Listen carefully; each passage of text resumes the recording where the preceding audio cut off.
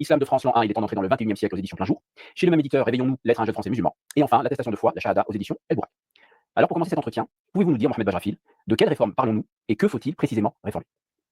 Alors, de quelle réforme parlons-nous? C'est une question, qui nous a souvent été posée et à laquelle nous avons répondu, en long, en large et en travers. Je vais, ici essayer d'être bref, en tout cas, j'essaierai de me rendre le plus, facilement compréhensible. Hem, le terme réformer, heu, son synonyme en arabe est, islah, mais dans le, heu, jargon théologique musulman, c'est plutôt le terme de tajdid. Et ce terme de tajdid vient du hadith très connu de Abu Huraira radhiyallahu anhu wardah, tel que vous le retrouvez dans le Sunan de Abi Daoud et Sijistani, où il rapporte que le prophète, que la paix de Dieu et son salut soient sur lui, dit Inna Allah, certes Dieu, yab'athu li hadhihi al-ummati ala ra'si kulli mi'ati sana man yujaddidu laha, et là il y a deux versions. Dieu envoie à la tête de chaque siècle, donc au début de chaque siècle, il y a divergence, est-ce que c'est au début finalement, au tout début du siècle, ou plutôt à la fin de celui-ci, mais bon, il y aurait beaucoup à dire là-dessus, mais il y a le hadith nous donne à voir ceci, Inna Allah yab'athu ala ra'si kulli mi'ati sana Abouja, man yujaddidu laha, il envoie pour cette communauté quelqu'un qui renouvelle. on ne sait même pas si c'est au début ou à la fin du siècle. On ne sait même pas à quelle période il faut attendre. Ça, par contre, c'est catastrophique, les gars.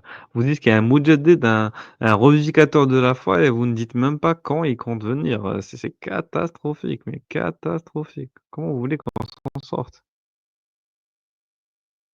Je vous disais qu'il y avait deux versions. La première dit Amr diniha, la chose de sa religion, et une autre qui dit dinaha, yujaddid laha dinaha, pour renouveler sa religion. Alors, cette, euh, ce hadith, cette parabole prophétique, a fait l'objet de beaucoup de débats quant à la détermination de qui est cette personne dans chaque siècle. Donc on a parlé de revivificateur, mujaddid, et on a vu chaque école prétendre que le revivificateur, finalement, Abouja. c'est telle ou telle personne. Mhm, En vrai, tu sais, moi, ça, c'est un truc qui me faisait hack à l'époque. Parce qu'il mhm. y a des gens, ils te disent, oui, euh, les chiites, ils attendent l'imam, le truc. Tu sais, ils critiquent la vision des mecs. Alors que les mecs, ils sont dans la même vision, ils attendent un revivificateur, ils savent même pas si c'est au début, à la fin. Mec, c'est catastrophique. En fait, c'est ça la folie du truc, c'est que en réalité, c'est à peu près les mêmes mécanismes, pas la même histoire. Les mecs, ils se battent pour savoir quelle histoire est la vraie, alors que c'est une chalouta, mec. Chalouta, c'est même pas on se pose, on discute. Non, mec, que du runf, que de la contrainte, mec. C'est horrible. Développe par rapport à la contrainte. Qu'est-ce que tu veux dire par là? Est-ce que là, par exemple, on va aller débattre sereinement avec à la mosquée, par exemple, je sais pas moi, du Coran créé, ou même d'aller utiliser une qiraat spécifique. Ah, il y a des gens qui ont mal fini, mec, qui ont mal Ah oui, fini. oui. Du coup, c'est ça. Donc oui, les sunnites, ils se moquent des chiites parce qu'ils attendent un Mahdi. Mais au final, les sunnites aussi attendent un Mahdi. En plus, déjà, déjà en plus, ils attendent un Mahdi. Et le pire, c'est que ils attendent aussi un Mujaddid qui viendra pour résoudre leurs problèmes.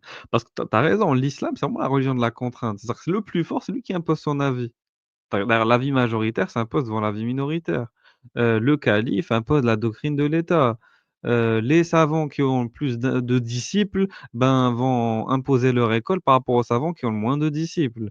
Dans une mosquée, mec, les savants les plus influents vont avoir toutes les places et vont avoir le plus justement d'autorité. Et sinon, ça va mener à des bagarres, des guerres civiles.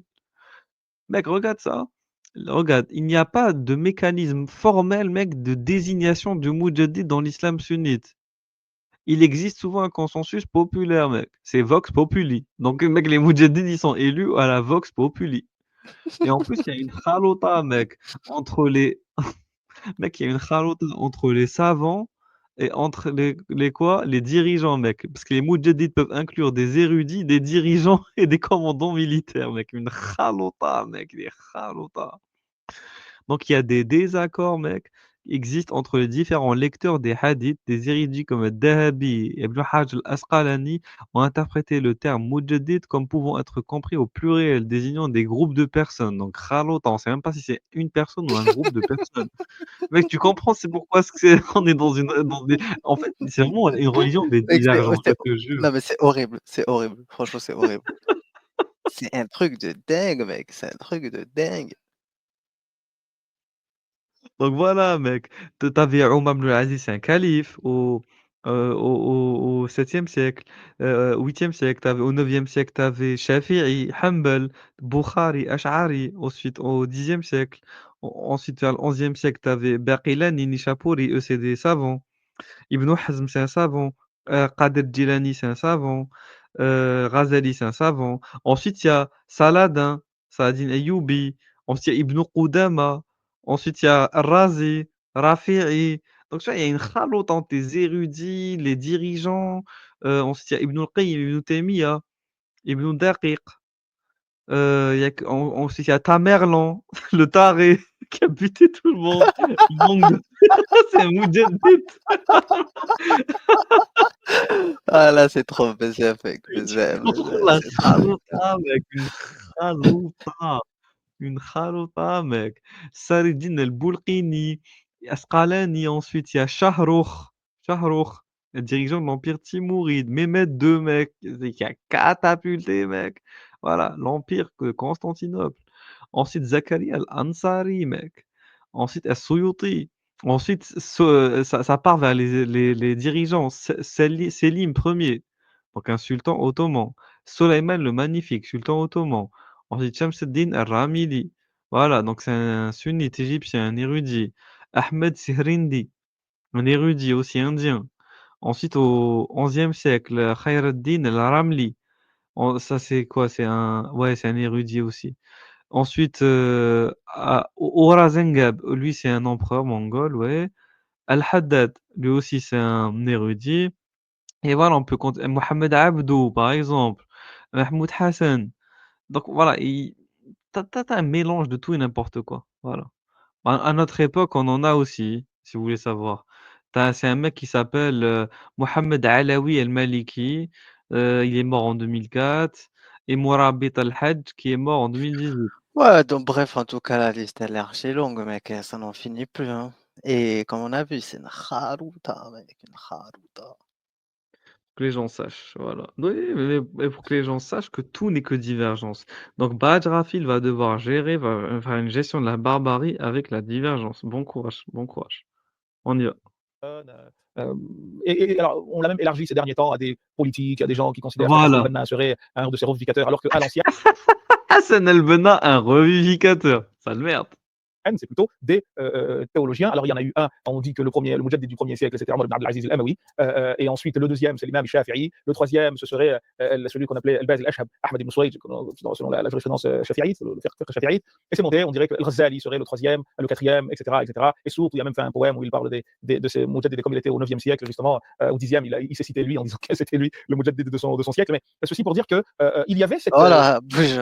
Il se cite lui-même, mec. Il se cite lui-même. Je me cite moi-même. Oui, mec. Oui, bien sûr. De l'auto-plébiscite. Il faut. On n'est jamais mieux servi que par soi-même. Devait venir donner un coup de semonce, n'est-ce pas, j'allais dire à la religion, si on prenait le sens de la version, sa religion. Mais il faut, il me semble, préciser que quand on dit renouveler, on ne dit pas changer. Ici, renouveler au sens de renforcer, ce qui semblait fatigué. Tahir ibn Ashur, dans une de ses références, disait qu'il s'agit plutôt là de comme donner un coup de peinture. Je pense que l'image est celle qui y correspond le mieux. Quand tu donnes un coup de peinture à quelque chose, tu ne changes pas, tu ne bouges pas les fondements. Et heureusement pour nous, mais encore faut-il que les gens arrivent à comprendre, à distinguer ce qui relève des fondements de ce qui relève, j'allais dire, de la peinture, parce que ce qui relève des fondements, il ne peut pas y en avoir beaucoup. Sinon, c'est plus quelque chose. Quand une règle a trop d'exceptions, elle cesse d'être une règle, en tout cas chez nous en linguistique. Et donc, le propre d'une religion, c'est de reposer sur des choses basiques, très peu nombreuses, sur lesquelles, limite à compter par les doigts d'une main, c'est ce qu'on appelle les thawabit. Quelques exemples peut-être pour comprendre. La foi en un Dieu unique. Le Coran, par exemple, quand il parle de cela, on parle des piliers de la foi au nombre de 6, mais en réalité, parmi les 6, il y en a 2 essentiels, autour desquels tout le reste tourne. Et dans Sourate Al-Ahzab, Dieu les donne. C'est croire en Dieu au jour du jugement. Tout le reste dépend de ces deux-là. Vous voyez, c'est assez important, c'est très important à comprendre. Donc on ne peut pas avoir 36 000 choses. Quand c'est trop nombreux, c'est que c'est trop touffu, et quand c'est trop touffu, c'est qu'il y a un loup dedans. Et donc il faut arriver, et au fond, c'est ça le tajdid. La réforme, c'est d'arriver à distinguer, à dépoussiérer le corps de tous les agrégats, pour toucher à l'essence. Et d'ailleurs, cette tentative-là, elle ne date pas d'aujourd'hui. On a vu le Ghazali, il y a maintenant plus de 1000 ans, qui a écrit un bouquin avec comme titre évocateur Ihya Ulum ad-Dini. La revivification. C'est comme s'il disait Tajdid Ulum ad-Dini. C'est la des sciences. Un livre rempli de hadiths daïf, mec. Il n'y a pas de Oui, souci. nul. Mais c'est pas grave, parce qu'il a revivifié les hadiths daïf. Merci Razel d'avoir revivifié les hadiths daïf. Je suis fier de toi, frérot. Bravo. C'était quoi justement? Le Aïe, but, aïe, aïe. quand vous prenez l'Ihya, vous avez 4 chapitres. Et dans les 4 grands chapitres, vous trouverez que par exemple, quand il parle du début de enfin, rubu' al-ibadat, le quart des actes rituels, des rites, eh bien les chapitres ont comme titre quoi? C'est pas Kitab as-Salah, comme c'est dans les livres de fiqh. Non, Kitab Asrar as-Salah. Le livre traitant des secrets de la prière. Kitab Asrar az-Zakah. Parce que on a tellement ajouté de choses, on a tellement dit de choses qu'on a fini par en perdre le sens. Tant va la cruche à l'eau qu'à la fin elle se casse. Et donc l'idée c'est de revenir à l'essence, c'est de dépoussiérer ce qui relève des agrégats pour pouvoir faire éclater au grand jour la lumière. Ça rejoint ce que dit Qays al-Hanbali. Le fait, on a trop lu de fiqh, de livres de fiqh, mec. C'est bon, mec. Il y a trop de poussière qui s'est accumulée dans les cerveaux. Le cœur est devenu dur. Donc il a fallu ramener un peu de soufisme, mec, pour alléger le cœur, un peu de dhikr, un peu d'invocation, un peu de bullshit islamique, voilà, pour apaiser les cœurs, hein, les ramollir et un peu dépoussiérer le tout. J'en ai marre de Oui, De mais la foi, Qays la lumière de la Hambali, il nous a éclairé sur la question, mec. Il a dit, à force de Ah. lire, mec, les cœurs, ça assombrit, mec. Oui, très, très Et le sombre. cerveau se remplit de poussière, de poussière. pratique, la lumière de l'adoration. Et donc, au fond, c'est ce que veut dire la notion de tajdid. Je dis qu'aujourd'hui, le terme qu'on utilise, c'est l'islah, mais dans la nomenclature islamique, musulmane, le terme, c'est le terme de tajdid à partir de ce hadith. Et voyez-vous, à partir de là, on voit de quoi il est question quand on parle de tajdid. On ne parle pas de, encore une fois, venir dire que le Coran n'est pas le livre de Dieu, ou dire que Dieu n'existe pas. C'est pas de cela qu'il est question. Celui qui propose cela, c'est quelqu'un qui, par exemple, veut que nous fassions du foot avec les règles du rugby. Non. Le rugby est un sport, le foot en est un autre. Et ils sont indépendants. Et donc aujourd'hui, parler de la réforme de la religion, encore une fois, ouais, aujourd'hui quand les gens, tu leur dis réforme de l'islam, ils sont choqués. Eh, ouais, c'est la religion de Dieu. Mais bien sûr, c'est le prophète serait plus musulman.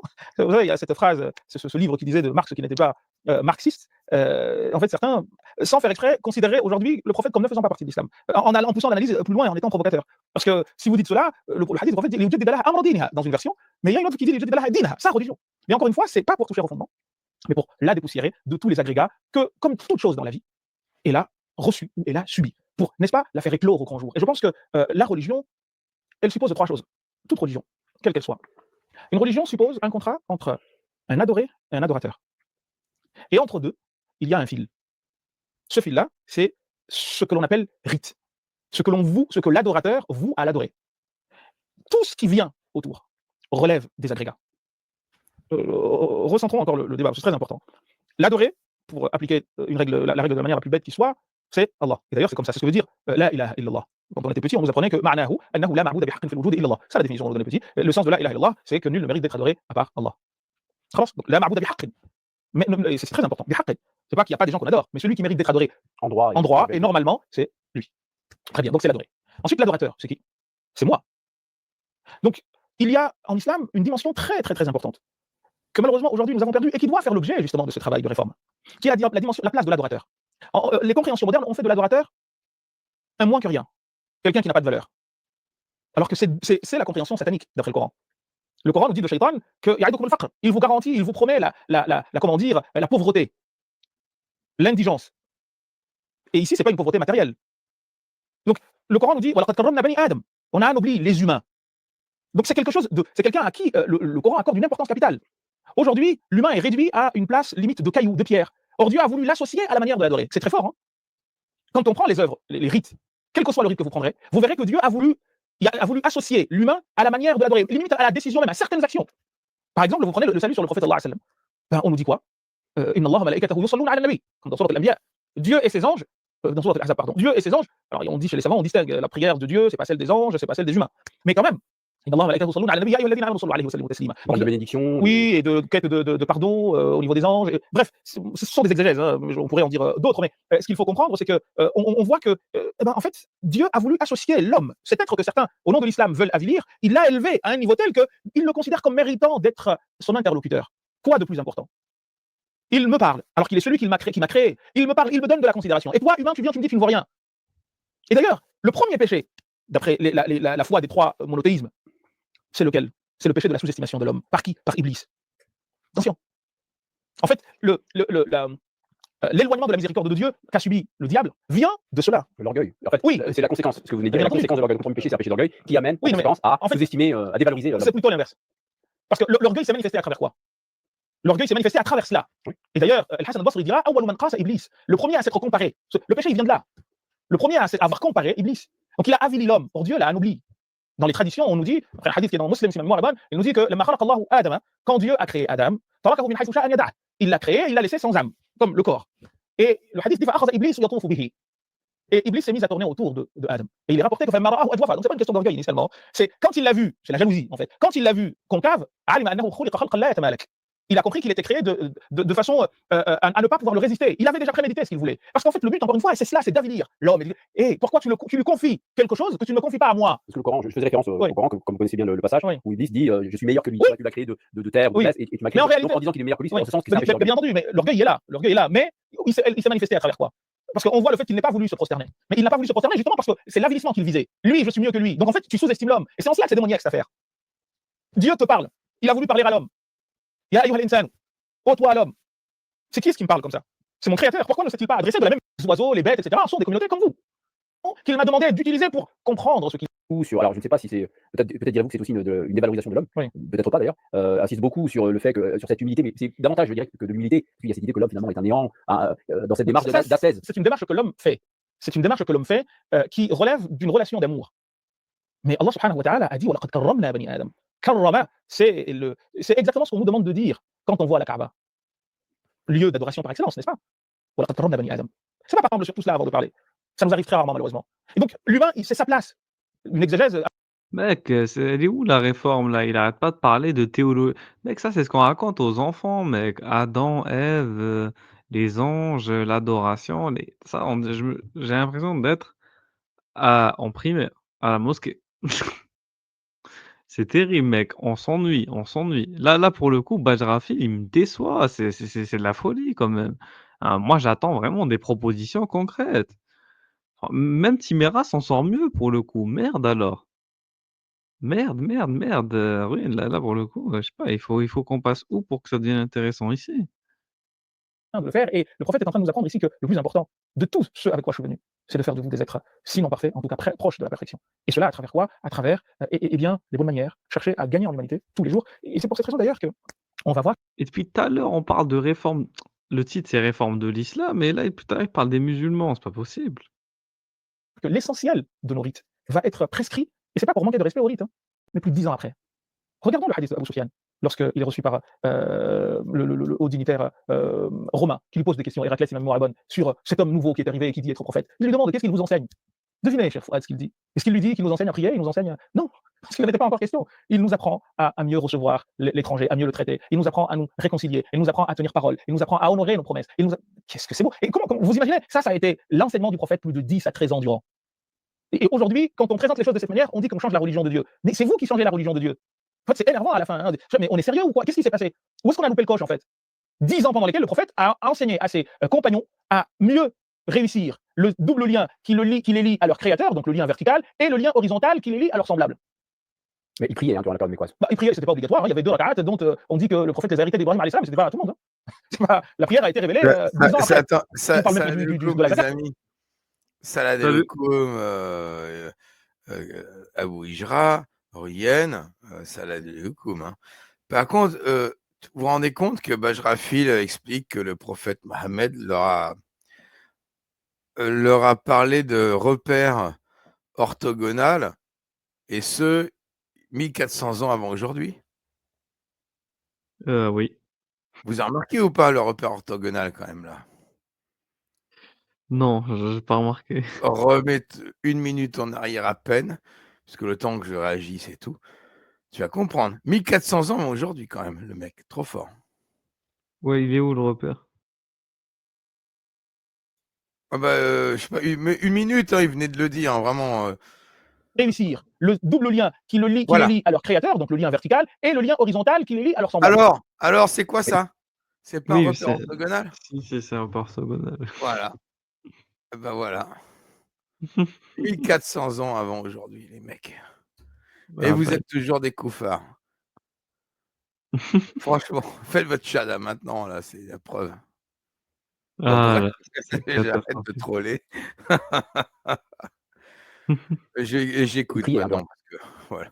Non, mais on va bientôt clore de toute façon, hein. Oui. C'est 2 heures.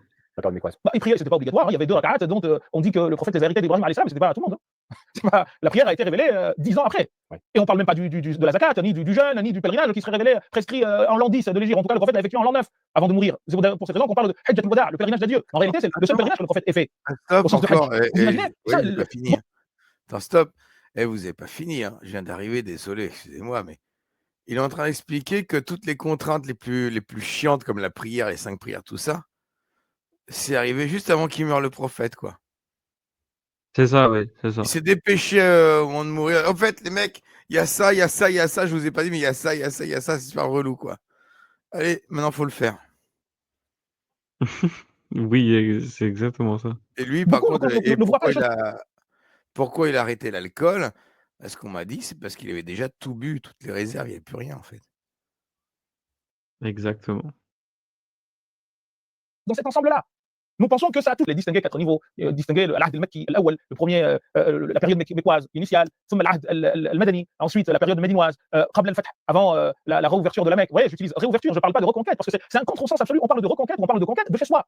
Tu ne conquiers pas chez toi quand tu reviens chez toi après avoir été chassé. Enfin, c'est un comble. Hein. Moi, cette histoire, ça m'embête beaucoup. J'ai du mal à comprendre que nous utilisons un vocabulaire qui n'est pas le vocabulaire approprié. Alors, quelles seraient donc, en reprenant ce que vous disiez, Donc, ces étapes? la période mécoise, la période médinoise avant le Fath, ensuite de nouveau la période mécoise et la période médinoise, ces 4 réunis.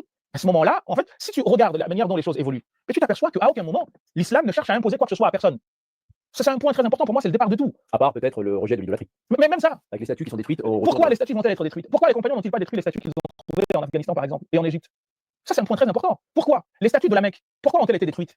Parce qu'elles ont été à l'origine d'une doctrine qui a voulu museler l'adoration de l'autre. Ça, c'est un point fondamental. C'est pour ça qu'on dit aux gens, quand on parle de Hifz ad-Din, les gens disent c'est la protection de la religion comme si on devait protéger la religion par une épée. Et vous n'avez rien compris du tout. Hifz ad-Din, c'est le fait que l'on prescrive de ce qu'on appelle des tourous, des ibadat, des actes d'adoration, qui permettent justement à une religion de se distinguer d'une autre. Donc en priant, je suis en train de faire Hifz ad-Din.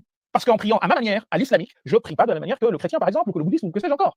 Donc, eux, les Mécois, qu'ont-ils fait? Il y a un verset du Coran, d'après l'imam al-Qurtubi, qui serait révélé. C'est fatigant, hein. C'est fatigant, ces pansements qui mettent. Oh, ils ont pas détruit les idoles d'Égypte, machin, à telle époque. Alors, celle de la Mecque, oui, parce que voilà, c'est la persécution. Bon, les Bouddhas, tout ça, oui, parce que c'est pas d'amalgame, hein, parce que c'est pas d'amalgame. Attention, les mecs. C'est des faux pour moi, c'est un faux réformateur, tout simplement. Un vrai réformateur, il parlera pas de ça. Il parlera même pas de ces trucs-là. Il dira voilà, l'islam, c'est révélation humaine, voilà, inversement de la révélation, etc. Il va pas sur chaque problème lié à l'islam essayer d'expliquer que c'est lui qui a la bonne interprétation par rapport à tous les savants de l'islam qu'il y a eu avant lui, et en même temps que lui et après lui. Ça sert à rien ce qu'il fait, en fait. C'est complètement inutile. Hein. Il est en train de pisser dans un violon, à mon avis. Hein. Bon, c'était mon intervention. Ok. Non, mais... Il le protège, mais il protège le prophète, mais il ne le suit pas.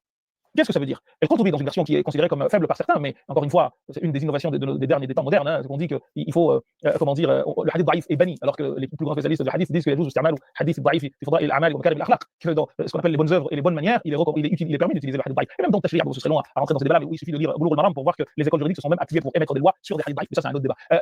Pour rester dans ce que je vous disais, il y a un propos que l'on trouve chez l'imam al-Qurtubi dans l'exégèse de ce verset qui rapporte qu'un jour, ce verset serait révélé parce qu'un jour le prophète était en train de prier et au cours de la prière, Abu Jahl a dit à un monsieur qui s'appelait Abdullah ibn Zabara de partir chercher une bête qui venait d'être égorgée, de prendre les abats de celle-ci et venir badigeonner le prophète sallallahu alayhi wa sallam avec.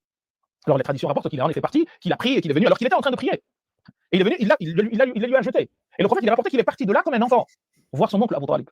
Et Abu Talib lui a dit montre-moi qui est-ce qui a osé te faire cela. Il l'a emmené jusqu'à Abdullah ibn Zubayr et il les a trouvés assis comme ça au côté de la Kaaba. Et le prophète les montre comme un enfant dirait c'est lui qui m'a fait du mal. Et d'ailleurs il aurait dit un poème Allah la yasulu ilayka bi jam'in hatta wasada fi at-turab dafina fasda bima alayka fasda bi amrika ma alayka ghadab. Bref, et donc il lui a dit je ne tolérerai pas que de mon vivant on fasse cela à mon enfant. Et il aurait pris la même chose et il l'aura jeté. Donc qu'est-ce qui se passe en fait là? En fait, il faut comprendre que ces statues mécoises ont été à l'origine de tous les supplices que le prophète et les compagnons ont subis.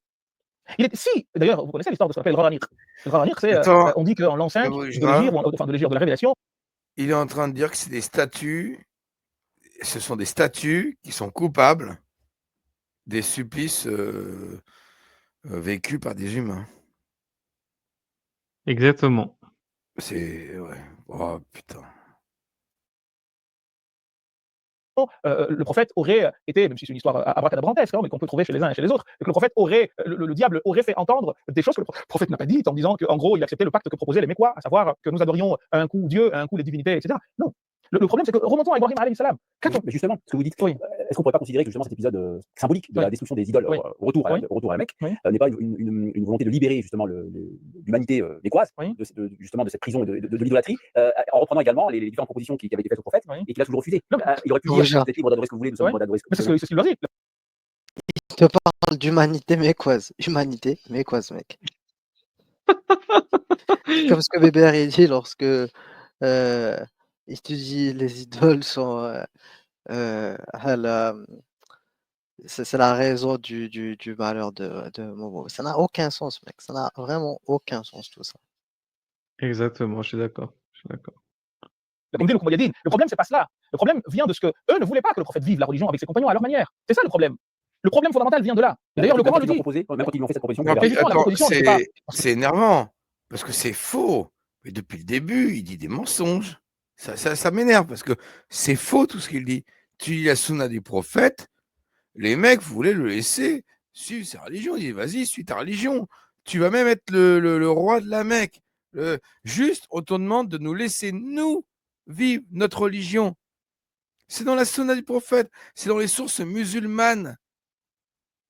Les gens de la Mecque lui proposaient de vivre sa religion. Tout ce qu'ils lui demandaient, c'est d'être capable de vivre la leur et qu'ils respectent leurs croyances, ce que lui refusait. Ils lui ont proposé d'être roi de la Mecque. Pourquoi il ment, en fait? Je ne comprends pas. C'est un mensonge. Il n'y avait pas plus tolérant que les Mécois, en fait. Ils étaient plus tolérants que des Belges ou des Anglais aujourd'hui, en fait. C'était encore plus des demi-volontaires. Oh, punaise, c'est pas possible. Mais pourquoi il ment comme ça? C'est quoi ce besoin? Parce qu'il le sait, lui, la vérité. Il a lu les sources, il connaît la sunna, il connaît la sirat, la biographie du prophète. Pourquoi il ment, en fait? Pourquoi il ment? C'est quand même bizarre, hein. Je l'aimais bien jusque-là, mais là, je le vois en tel mensonge. C'est pas possible de mentir à ce point-là, je suis désolé. C'est vrai. Parce que lui, il ne voulait pas adorer. Le fameux Lakoum Dit, c'est ça la liberté. Pourquoi veux-tu que je vienne m'associer à des choses auxquelles je ne crois pas? Libre à toi de ne pas croire ce à quoi je t'appelle. Mais par contre, libre à moi aussi de pratiquer. C'est-à-dire tout le monde devait adorer et l'un et l'autre. Exactement. C'est que le Christ c'est ça, en fait. C'est ça qui est dramatique. Et quand vous regardez l'histoire d'Ibrahim alayhi salam, c'est toujours cela en fait. Regardez Qawm Yassine. Moi, je me rappelle avoir fait un sermon entier sur Sourate Yassine, le début de Sourate Yassine. Quand Dieu dit qu'est-ce qui se passe en fait? On nous dit quoi? On nous dit que. Tu te rappelles de ce que je t'avais dit par rapport au prophète?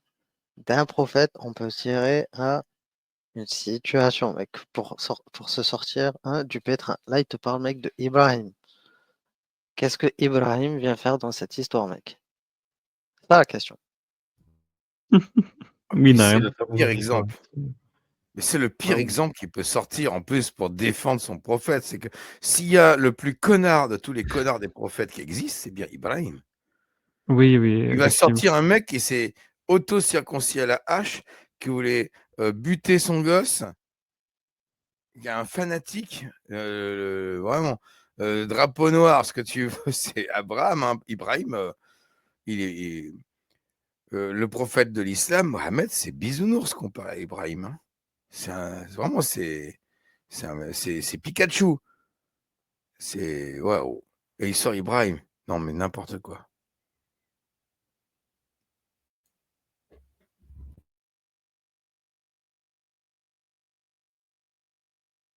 Il faut juste quand j'ai fini de parler. Abu Hijra, t'es là? Bah mince alors. Abu Hijra. Faut développer, les gars. Moi, j'ai fait un café. Là, je suis fatigué. Oh punaise, ah oui, moi j'avais fini, j'avais dit Ibrahim. Ah, faut développer. J'ai parlé de sa circoncision. Le mec qui a prostitué sa femme en racontant que c'était sa sœur, Ibrahim. Le mec qui voulait égorger son gamin, sacrifier à Dieu, et que même les anges, ils ont dû s'y mettre à plusieurs pour arrêter sa main parce que le mec, il avait vraiment envie de le suriner son gosse. Ouais, il fallait de la force d'un ange pour l'arrêter, pour l'empêcher de suriner son gosse. Ibrahim. Celui à l'origine du verset du Coran qui dit « Entre vous et nous, l'inimitié et la haine est à jamais prescrit tant que vous ne croyez pas à Allah seul, bande de fils de chiens et compagnie. » Ça, c'est Ibrahim. Ibrahim. Et le mec, pour défendre l'humanisme de l'islam, il te sort du Ibrahim, quoi. Pas possible. C'est bon, le café, il est fait. Bon, après, ce café, c'est long. Remarque, ça va, tu te fais pas un thé à la menthe, parce que là... Bah, Ruyen, tu veux pas meubler avec moi un peu? Ruyen, on peut jamais compter sur lui, les amis, vous avez remarqué ou pas? Ruyen, je te fais un tour de carte si tu veux. Ruyen, choisis une carte. Vous voyez les mecs, il veut pas. Ça, c'est Ruyen. Non, mais vous me laissez seul. Je viens d'arriver, je suis tout seul. Merde.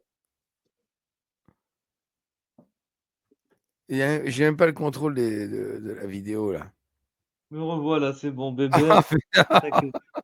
Allez, c'est parti. À que cette Dieu a heure-là, envoyé 2 personnes, إذ أرسلنا إليهم اثنين فعززنا بثالث, on leur a envoyé une troisième personne, صادق ومصدوق وشمعون, dit-on, et ils sont partis plaider, d'après Ibn Kathir dans son exégèse de Tafsir al-Qur'an al-Azim, ce serait la cité d'Antioche. Bref, il est dit dedans que ils ont appelé, ils les ont appelés en leur disant quoi, comme c'est dit dans ce que je viens de vous dire, قالوا إنا إليكم مرسلون, nous vous avons été envoyés. Quelle a été leur réponse? قالوا ما أنتم إلا بشر مثلنا, vous n'êtes que des hommes comme nous. وما أنزل الرحمن من شيء إن أنتم إلا تكذبون, vous n'êtes qu'une bande de menteurs. قالوا ربنا يعلم إنا إليكم لمرسلون, notre Seigneur sait que nous vous avons été envoyés. وما على الرسول إلا البلاغ المبين, et notre rôle à nous, c'est juste de transmettre, c'est seulement de transmettre. Qu'est-ce qu'ils ont dit? قالوا إنا تطيرنا بكم, nous vous jetons un sort. إن لم تنتهوا, si vous n'arrêtez pas de nous casser les oreilles avec, nous allons vous lapider, et nous allons vous faire goûter un châtiment des plus amers. Ya salam. Malheur à vous aussi. Est-ce juste parce qu'on vous a appelé? On vous a juste rappelé? Vous êtes une communauté qui outrepasse les limites. Est-ce que le Coran se contente de ça? Non, non. Un homme est venu de l'extérieur. Certains disent, d'après Ibn Kathir, qui s'appelait Habib el-Najjar. Habib, le Najjar, c'est celui qui travaille le bois, là. Comment vous appelez ça? Un menuisier. Et le Coran nous dit de l'extrémité de la ville, un peu comme le mythe de la caverne, celui qui découvre la vérité en venant de l'extérieur. Et qu'est-ce qu'il dit? Il dit suivez les messagers. Suivez ces gens qui ne vous demandent rien. Ils ne vous demandent pas de salaire, ils ne vous demandent rien. Qu'est-ce qu'ils ont fait? Ils développent tout un raisonnement. Qu'ai-je à ne pas adorer celui qui m'a créé? Alors qu'auprès de lui, tous vous allez revenir. Et là, il déploie. Et à la fin, on nous dit que ils se sont jetés sur lui. Alors certains disent que Rajamou, ils l'ont lapidé, une version dit qu'ils l'ont piétiné jusqu'à ce que ses boyaux sortent par tous les orifices. Et quand il fait comme mal, il a juste dit, je vous conseille. Et il développe son raisonnement. Il a rien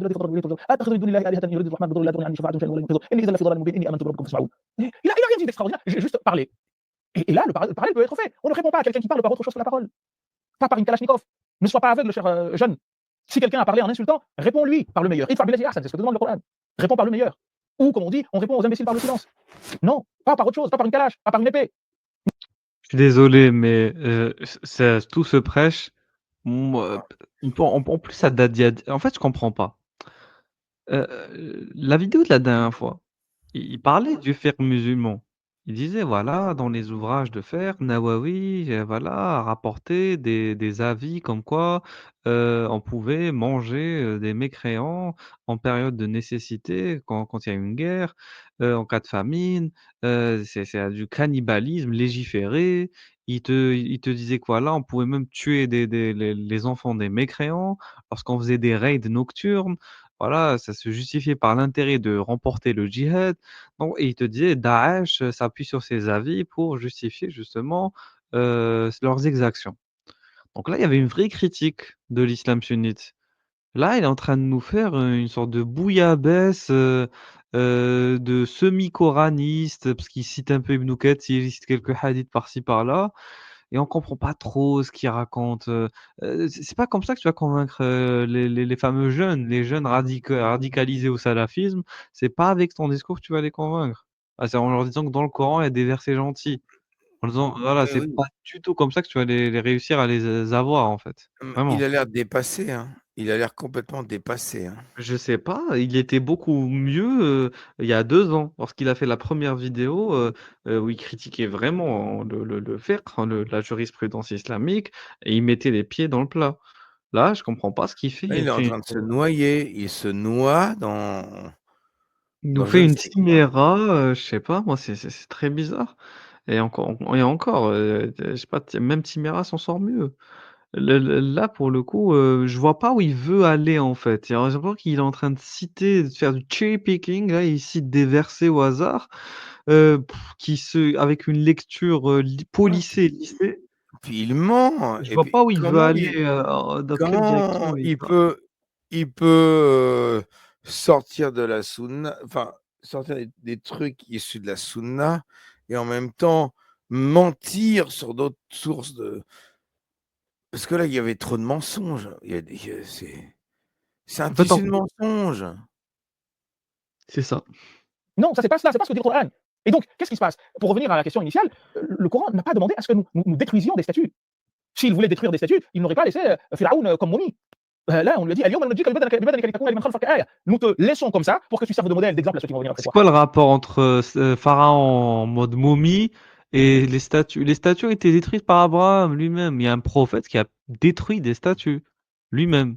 Et même Donc je comprends même Mohammed, parce non, qu'il non, part à mais la Mecque, mais même oui, on sait Abraham a cassé les statues et ouais, en mais plus parce que il a lui, pas c'est assumé derrière, je sais plus ce qu'il a raconté oui, comme lui, il a connerie. dit que c'est la grande statue qui a détruit les petites. Oui, Mais voilà, n'importe quoi, non, non, en fait, un moi, truc je lui de gamin, réponds truc, moi, je réponse de gosse, moi, je lui réponds mais avec une approche coranique, c'est tout. Oui, et si on oui, prend mais les le hadiths, donc c'est prophète pire. ah oui, proche quand même, parce que dans la Sunna, le prophète de l'islam, il a cassé les statues lui-même et il avait son bâton, il circulait et il mettait le bâton dans les narines, sous le menton et il vannait les statues, il dit alors et tout, et vas-y avant de les fracasser.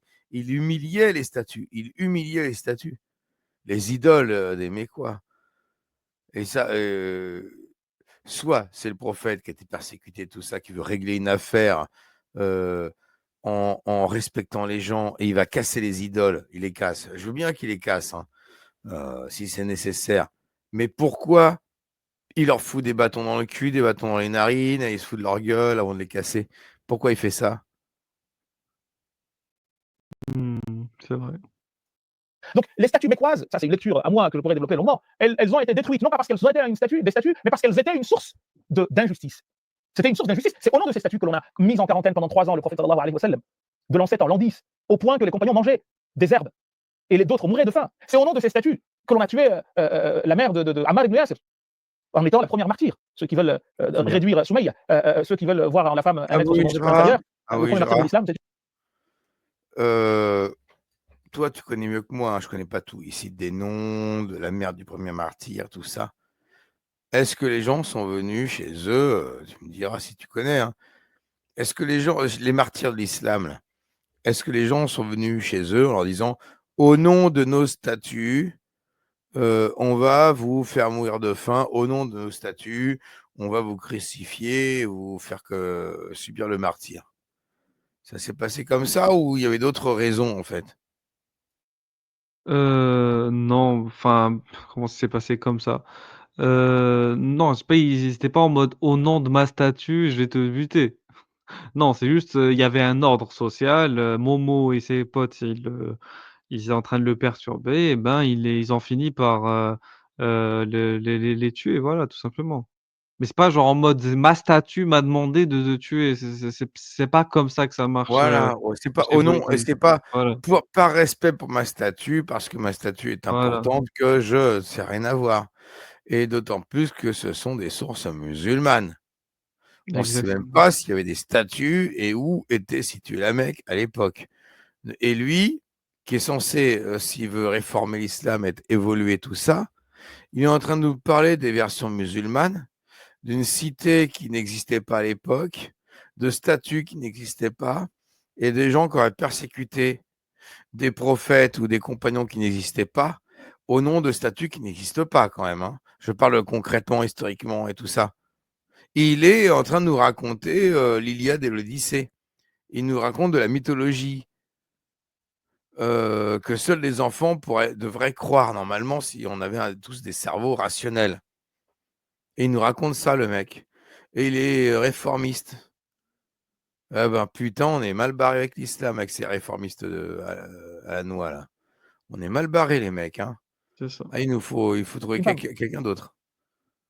Ouais. Et la Qui dit mieux première convertie. est une femme également. Mais bref, on pourrait, et la mère du prophète est une femme. Bref, parce qu'on ne peut pas faire autrement, la vie est ainsi faite. Et donc, tout ceci pour nous dire quoi? Tout ceci pour nous dire que ce n'est pas, c'est pas parce qu'elles étaient des statues. Et d'ailleurs, les compagnons l'avaient très bien compris. Ils sont arrivés en Afghanistan, il y avait les Bouddhas de Banyan qui étaient vieilles de plus de 3000 ans. Les ont-ils détruites? Non. Et d'ailleurs, le Coran nous interdit d'insulter ceux qui adorent les autres. Voilà, tasubbu alladhina yad'una min dunillahi fayasubbu Allah. De peur qu'ils se mettent à insulter Dieu, par injustice et sans savoir. Donc, c'était des statues pour nous. C'était des choses à ne pas adorer pour nous. Mais eux, c'est comme ce qui se passe aujourd'hui. Ce que vous dites, c'est que dans l'enseignement de la religion aujourd'hui, il ne faut pas commencer, enfin, est-ce que c'est ce que vous dites, qu'il ne faut pas commencer par les rites, les ibadat, comme on dit, mais reprendre le cheminement du prophète lui-même et de l'éducation et de l'enseignement qu'il a pu transmettre. Vous disiez qu'il s'est écoulé 10 ans avant que les obligations rituelles tombent. Alors, est-ce que vous pouvez nous donner, alors vous avez évoqué rapidement, mais peut-être insister un peu plus sur justement quelles seraient ces étapes, que faudrait-il enseigner, quel genre de choses faudrait-il enseigner? Vous parlez du comportement, Oui. les qualités, les bonnes qualités, La foi en Dieu. la foi en Dieu, bien sûr. Renforcer la foi en Dieu à travers le délit. Nous sommes la religion de Burhan. Qul hatu burhanakum in kuntum sadiqin. La preuve. La religion de la preuve, aujourd'hui, veut passer pour la religion de l'inintelligible par excellence. Non. Hatu burhanakum. Et le Coran procède de beaucoup de démonstrations. C'est un livre de démonstrations mathématiques. A plus B. Ne voyez-vous pas tel. Pourquoi ne regarde-t-il pas comment on a créé le chameau et la sama comment nous avons élevé le ciel et l'arbre et comment nous avons étalé la terre et le jibal comment nous avons fait des montagnes, des poutres. Donc la foi en Dieu avec un raisonnement. Avec un raisonnement. Et d'ailleurs, à ce propos, beaucoup de savants musulmans considèrent que la foi ne peut pas être l'affaire d'un suivisme. Tu ne crois que parce que tu as compris. Donc il y a des délits. Autant dans Sharia, autant ici, là, il y a débat. Il y a que les Hanabi. Et qui nous parle de chameaux, de montagnes à la Pâque. Te parle de livres en mathématiques. Qu'est-ce qu'il nous raconte? Qu'est-ce qu'il nous raconte? Mais comme il a dit, bébé à 1400 ans, quand il nous a fait découvrir l'orthogonalité, c'est pas possible. Exactement. Qui considère que les Hanbalites qui considèrent que l'on peut croire en Dieu en suivant les démonstrations de quelqu'un, mais je me rappelle parce que Taftazan il disait dans son commentaire de Sharh al-Abd qu'il rapportait ce récit du Bédouin.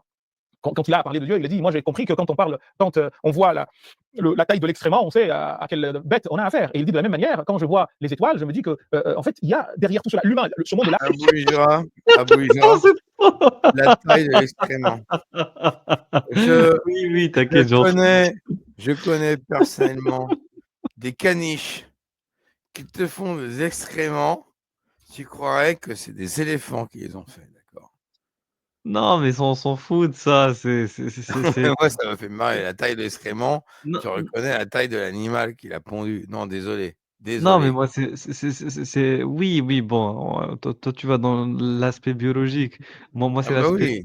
Oui. C'est important, les excréments, quand même, c'est important. Non, mais moi, c'est l'aspect philosophique qui m'a interpellé. C'est-à-dire qu'il a fait une analogie entre nous, création divine, et l'excrément que peut laisser derrière lui un animal. Ça me rappelle quelqu'un, ça. On est les excréments de Dieu, je n'ai pas compris. C'est quoi le truc? Ça me rappelle Lams, moi. Ça me rappelle Lams, son débat. Von Reich, Lams. C'est Lams.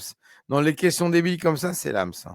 C'est sa spécialité. Oui, c'est vrai que Von Reich, j'imagine mal. C'est quoi la différence entre toi et un excrément si tu es athée? C'est horrible. C'est horrible. C'est horrible. Lams ne sait même pas ce que sont que les liaisons covalentes. Je veux parler d'excréments. Voilà. Zah, ne sait même pas ce que c'est qu'un gluon. Moi, je te connais des petits chiens de merde qui te font des crottes de ouf, quoi. Les gens, ils connaissent même pas ce que c'est qu'un leptan. Ils viennent me parler d'excréments.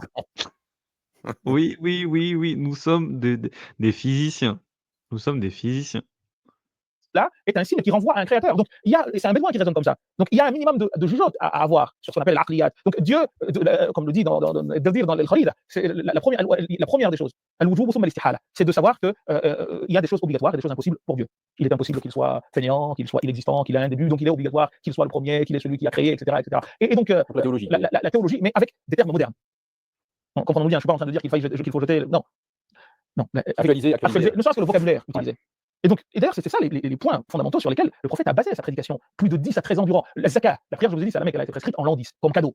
pour aller consoler le prophète sallallahu alayhi wa sallam qui a perdu en 35 jours, comme le dit Ibn Sa'd dans cette tabaqat, ses deux soutiens fondamentaux qui étaient notre mère Khadija et son père Abu Talib, son oncle Abu Talib, et qu'il a été à Taïf se faire lapider. Donc il reçoit la prière comme un cadeau, comme un calmant, comme un pansement.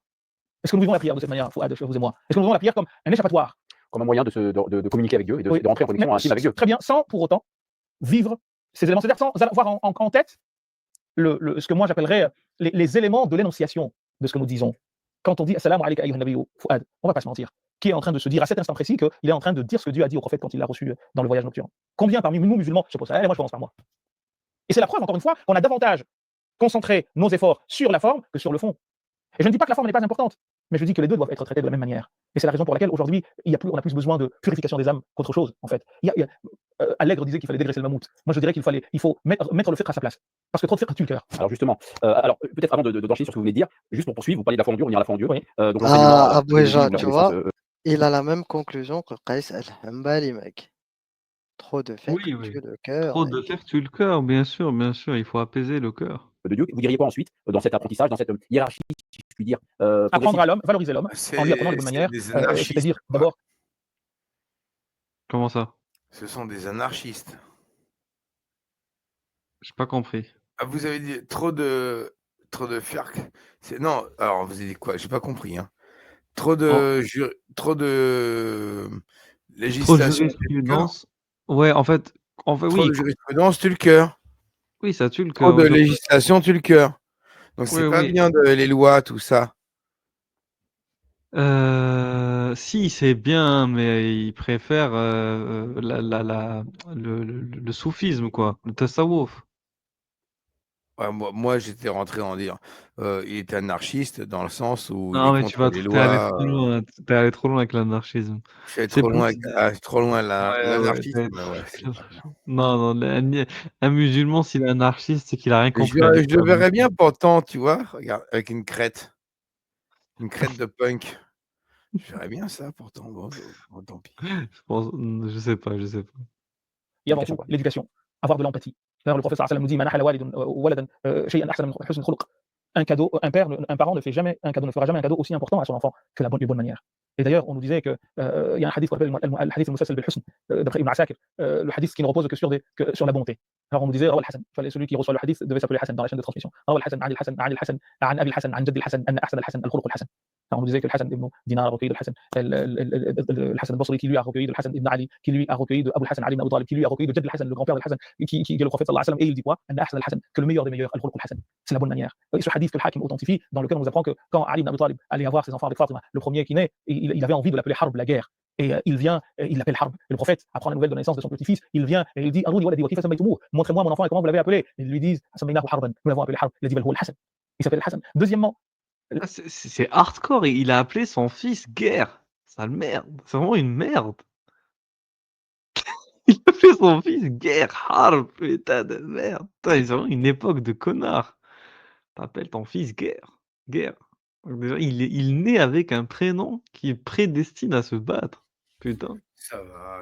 la même chose. Il n'a pas appelé égorgement ou je ne sais quoi non plus. Ça va. Ah, c'est déjà beaucoup. Ali ibn Abi Talib se dit peut-être me laissera-t-il faire maintenant qu'il a déjà eu ce qu'il voulait pour le premier. La même chose, il lui dit je l'ai appelé Harb. Il dit Hussein. Troisièmement, mais il insiste. la même chose. Non. Mais il insiste, c'est trop. Il veut. Deux fois, trois fois.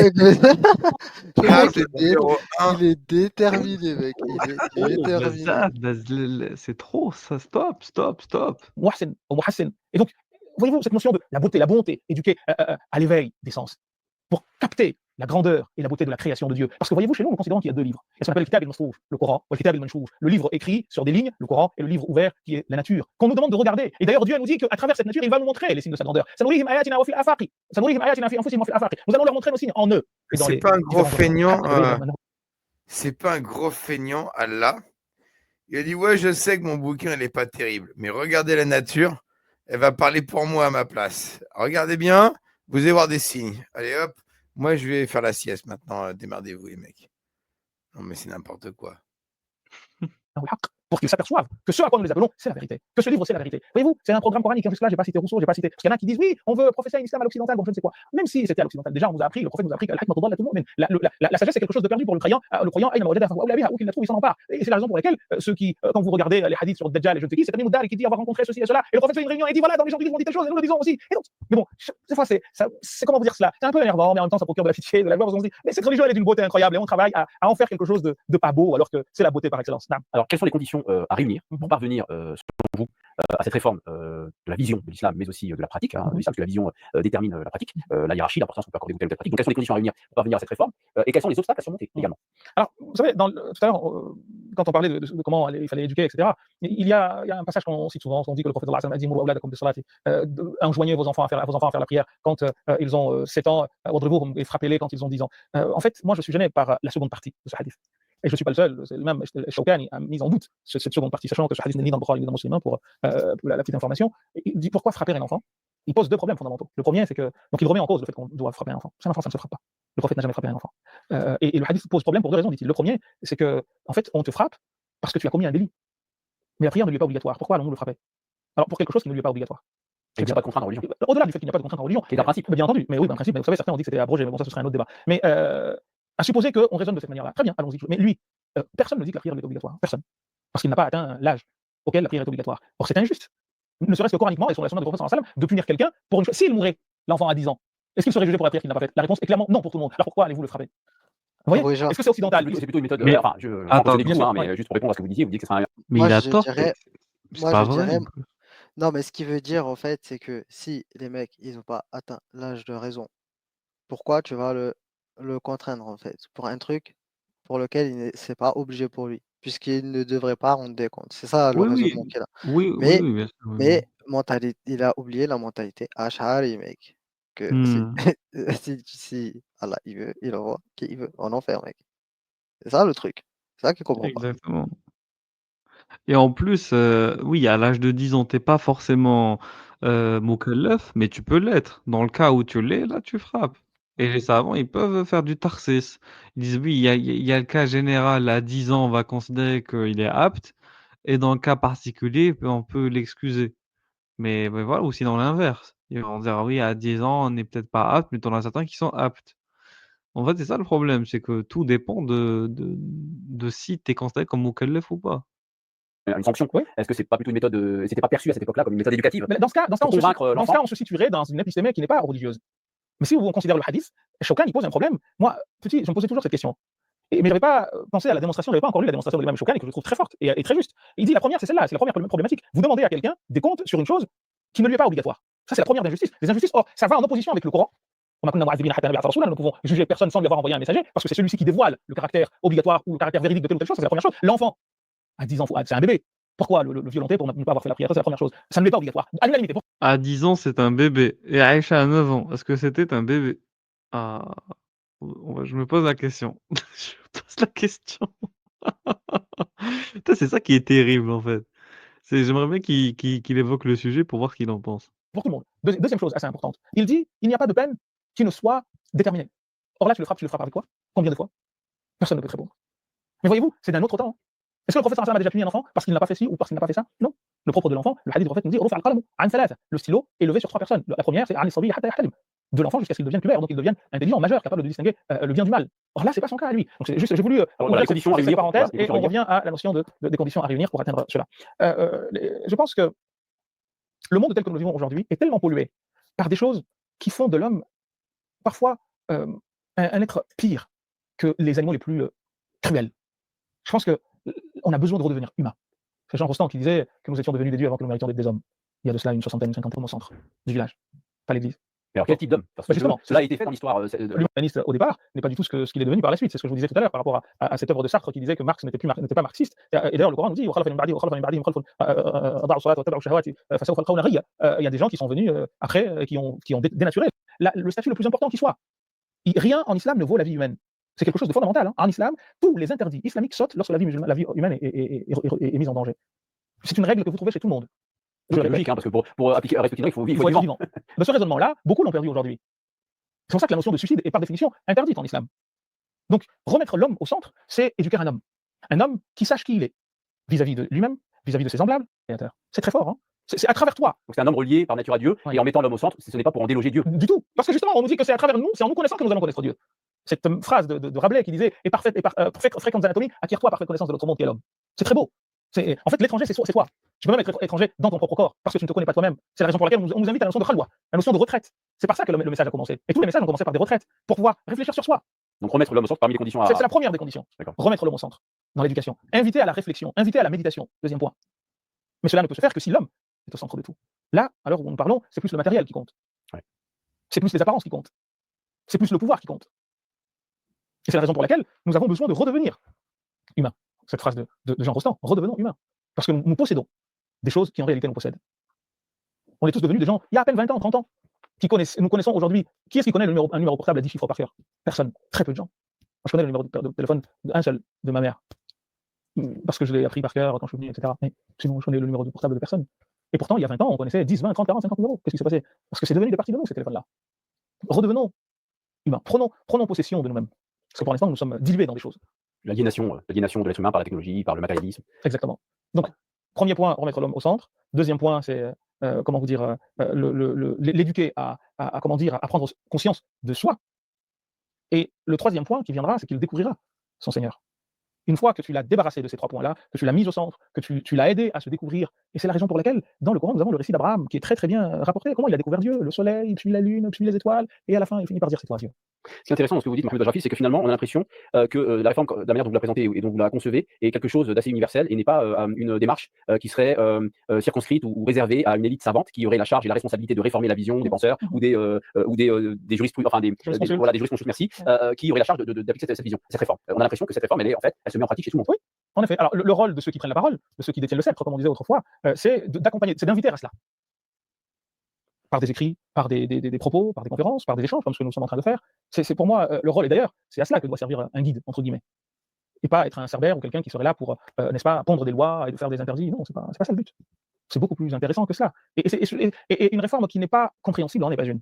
Si tu veux réformer en proposant un langage abscon, donc quand je vous dis qu'il faut dégraisser la religion, c'est justement pour arriver à ces objectifs-là. C'est une ascèse, finalement. Oui, en effet. Et le prophète a vécu en ascète.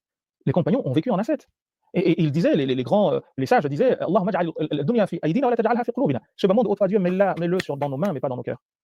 C'est ça le but. Tu peux posséder sans être possédé. Quand tu as le contrôle sur. Je dis tout le temps, si tu as une belle Mercedes et que quelqu'un te rentre dedans, tu ne penses pas à aller tuer la personne qui t'est rentrée dedans, là tu possèdes la Mercedes. Mais quand au moindre choc, tu veux sortir de ta voiture pour aller en découdre avec la personne qui t'a fait juste un petit jeu, tu te fais posséder par la Mercedes et pas l'inverse. Et quelque part, nous sommes beaucoup à être possédés par ces choses-là.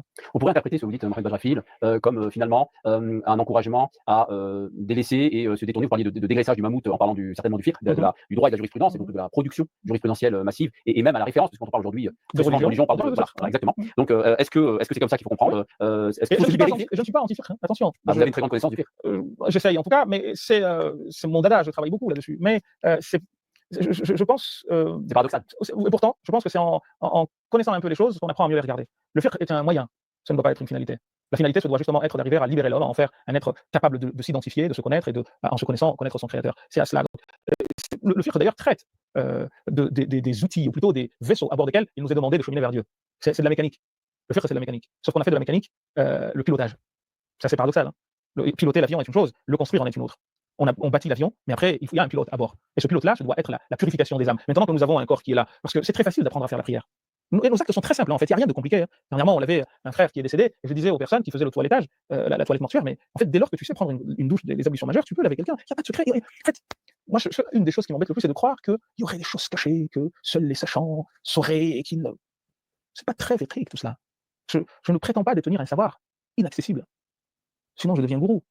Au contraire, j'invite tout le monde à prendre ce que je dis, à le passer au crible de leur raison. S'ils voient que ça va dans quelque chose qui correspond à ce qu'ils se font comme idée de la religion, qu'ils le prennent. S'ils le trouvent plutôt ronronnant et sans aucun sens, qu'ils le jettent par-dessus bord et prient Dieu qu'il me guide. Vous savez, j'ai hérité de ma mère une phrase. Quand elle nous donnait un conseil, j'ai perdu maman très jeune, hein, mais je me rappelle que des fois, quand elle nous parlait, elle disait « Écoute, si ce que tu as entendu te semble juste, c'est Dieu qui te le dit.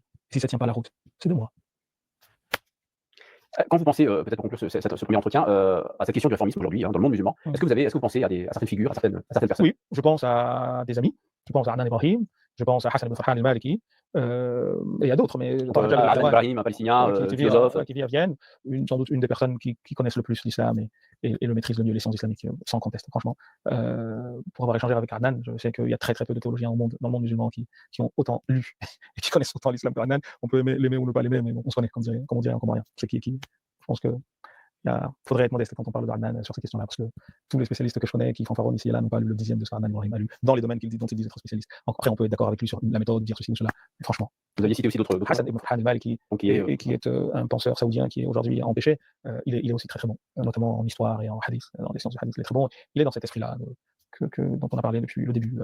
Parce que parler de réforme, en islam en tout cas, ne suppose pas se passer des règles. Au contraire, ce sont des règles que ces gens-là s'imposent, parce que moi je ne me considère pas comme faisant partie de cela, je suis beaucoup en dessous, mais c'est pas faire de la fausse modestie, mais c'est des gens qui vivent souvent comme des ascètes, qui s'imposent des modes de vie très compliqués, qui passent leur vie à lire et à produire. D'autres, 45-46 ans, j'ai écrit que 5 pauvres bouquins, c'est pas avec ça que je vais révolutionner le monde, mais il y en a dont c'est le travail au quotidien, et donc Taha Jad al-Alwani, mais il n'est plus de ce monde, qui avait aussi cette particularité de connaître, d'être formé, donc diplômé de l'Azhar, il a fait une thèse en usul fiqh en 73, et ça donne d'autant plus de légitimité que, contrairement à ce que certains disent ici et là, il vient du sérail. C'est aussi ce dont on a besoin aujourd'hui, c'est qu'on vienne du sérail.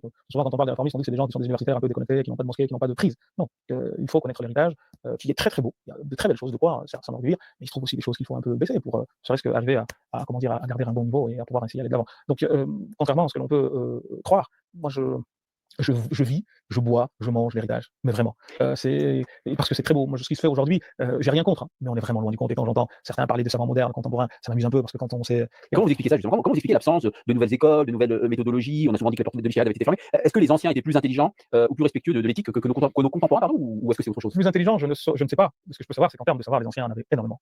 C'est juste sans commune mesure. Quand vous prenez quelqu'un comme Abou Bakr ibn al-Arabi, qui avait fait un livre d'exégèse de 160 volumes, dont chacun faisait 500 pages, on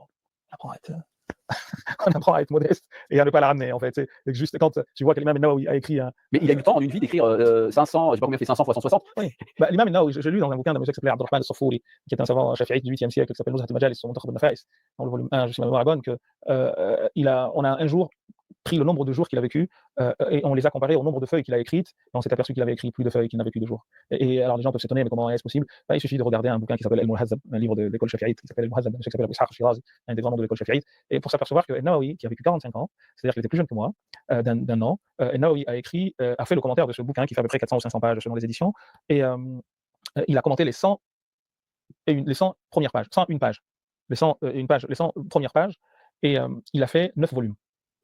Et il en restait 300 à commenter. Combien de volumes aurait-il fait? Et 3 fois plus, donc 27. Donc on serait à. Non, oui, 3 fois plus en effet, non, mais plus 9. Voilà, c'est ça. Donc on aurait 36 voilà, c'est ça. volumes pour un bouquin. Et il n'a pas écrit que cela, c'est le plus grand commentateur de Sahih Muslim. Qui lit aujourd'hui des sommes aussi volumineuses? Les personnes dont je vous ai parlé. Les personnes dont je vous ai parlé, d'autres encore. Hein, vous savez, il y a des grands maîtres qui sont là et qui ont passé leur vie à faire cela. Et ça nous emmène, nous, à dire aux jeunes d'aujourd'hui, mollo. Parce que moi j'entends même des prédicateurs qui disent la chose est claire. Un peu d'humilité. Soyons modestes, parce que c'est embêtant. Moi, c'est une des choses qui m'empêche de dormir. Parce que j'ai lu dernièrement que, je ne sais plus dans quelle discipline, peut-être en épistémologie, on parle de la surconfiance. Et la surconfiance, c'est ce bagou que ceux qui ne connaissent pas ont, et qui leur permet de parler de tout. Mais alors que quand tu sais, tu as de la retenue. Parce que tu mesures combien ce que tu ne sais pas est énorme. Et donc tu vas dire, oui, le verset est clair. Je disais, je sais pas si c'était. Ça me rappelle certains musulmans et certains critiques de l'islam. Oui, le verset est clair, oui, on sait, nous, on peut t'expliquer ce que c'est que l'islam sunnite, oui, nanani, nan, qui ont beaucoup, beaucoup de confiance en eux. Ils ont une surconfiance. Malheureusement, ils ne prennent pas le temps de bien lire, de bien comprendre. À vous, à un ami dernièrement, il y a un hadith qui s'appelle le hadith de Aba Umayr, le hadith du jeune garçon et de l'oiseau, Aba Umayr, Mada Fa'al al-Mughir. Ce hadith, c'est une phrase. Hein. Il y a un savant qui a extrait plus de 400 règles de fiqh de ce passage-là. Juste ça, à travers les chaînes de transmission, ce qui peut en être extrait, qu'est-ce qu'on a dit, parce que c'est Anas ibn Malik qui rapporte, qui dit que le prophète rendait visite à Umm Sulaym, bref. Et ce hadith-là, plus de 400 règles de fiqh ont été extraites de ce hadith. Il y a un autre qui s'appelle Ibn al-Qas, il en a sorti plus de 60 règles de fiqh. Alors, les amis, et en tant que linguiste aussi, je pourrais en dire beaucoup sur ça. Donc ça m'amuse des fois quand le texte est clair. Donc on a paradoxalement, aujourd'hui en 2024, les savants ont moins de connaissances, ont moins de sciences, alors qu'ils disposent d'un volume beaucoup plus important de connaissances, mais ils ont moins de connaissances que les savants des Il y a plus de savoir dans un ordinateur que dans une bibliothèque de Bagdad il y a 9 siècles. Mais je peux vous dire que aujourd'hui, c'est peut-être aussi le revers de la médaille. C'est qu'autrefois, les savants musulmans étaient des linguistes, des gens qui maîtrisaient les outils de la langue. Parce que le paradoxe, ou j'allais dire la plus belle chose qui soit dans tout cela, c'est que Dieu a utilisé le langage humain pour que nous comprenions. Inna anzalnahu Qur'anan arabiyyan la'allakum ta'qilun. Donc, il a utilisé un langage humain. Il faut donc utiliser les outils du langage humain pour comprendre ce que Dieu a dit. Or, aujourd'hui, ce que les anciens ont mis en place n'est pas maîtrisé du tout. Mais quand je vous dis du tout, c'est vraiment pas du tout. Et du coup, on a des lectures surfacistes. on retombe dans un littéralisme des plus débiles qui soit. Parce que le littéralisme de Daoud al-Zahiri ou de Ibn Hazm, Ibn Hazm a écrit le Muhalla, qui est une des plus grandes références du fiqh musulman. Et pourtant, il était Zahiri. Mais Zahiri scientifique. Aujourd'hui, on a des Zahiri analphabètes. Littéraliste. C'est même littéralisme mais bête, en fait. Parce que leur littéralisme à eux, c'était pas un littéralisme Sophistiqué. surfaciste. Ouais, superficiel. Voilà. À la superficie de la chose. C'était un littéralisme qui partait de l'idée que comme la chose a été dite, c'est qu'on peut en déduire quelque chose. Ceux d'aujourd'hui, c'est pas ça du tout. C'est de dire, de croire que il y aurait qu'un sens. D'ailleurs, ils sont exclusivistes, mais pas inclusivistes.